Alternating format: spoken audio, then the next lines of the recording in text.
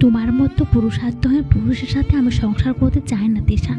বিয়ের 3 বছরে একটা বাচ্চা দিতে পারলে না।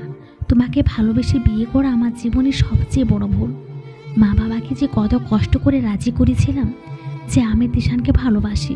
মা বাবা রাজি না হওয়া সত্ত্বেও আমার মুখের দিকে তাকিয়ে ওরা আমার বিয়ে দিয়ে দেয় তোমার সাথে। মা বাবা শ্বশুর শাশুড়ি সবাই নাতি নাতনি যায়। এখন আমি ওদের কাছে কি বলবো তুমি পুরুষার্থহীন? আমি এসব আর শুনতে পারছি না। আমি মুক্তি চাই, আর আমি তোমার সাথে সংসার করতে চাই না। আমি ডিভোর্স চাই। আমি শ্যামকে ভালোবাসি। শ্যামের সাথে আমার 3 মাসের রিলেশন হয়েছে।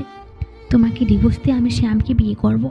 বা অনুবা আমাকে ডিভোর্স দিতে চাইছো, তারপর 3 মাস হলো রিলেশনে গিয়েছো, স্বামী রেখে পরকিয়া শুরু করলে?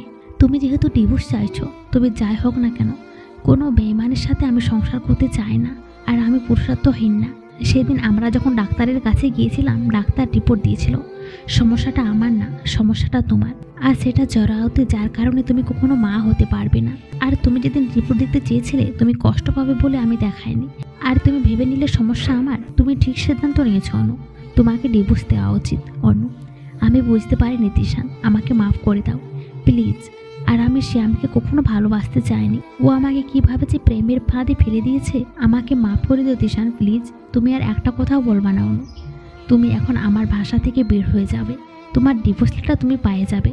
আর না জেনে ভুল করলে ক্ষমা করা যায়, কিন্তু যে মেয়ে স্বামী রেখে পর বিশ্বাসঘাতকতা করে থাকে, ক্ষমা করতে পারলেও ও আর যাই হোক, তাকে নিয়ে সংসার করা যায় না। আমাদের সম্পর্ক আজ থেকে শেষ।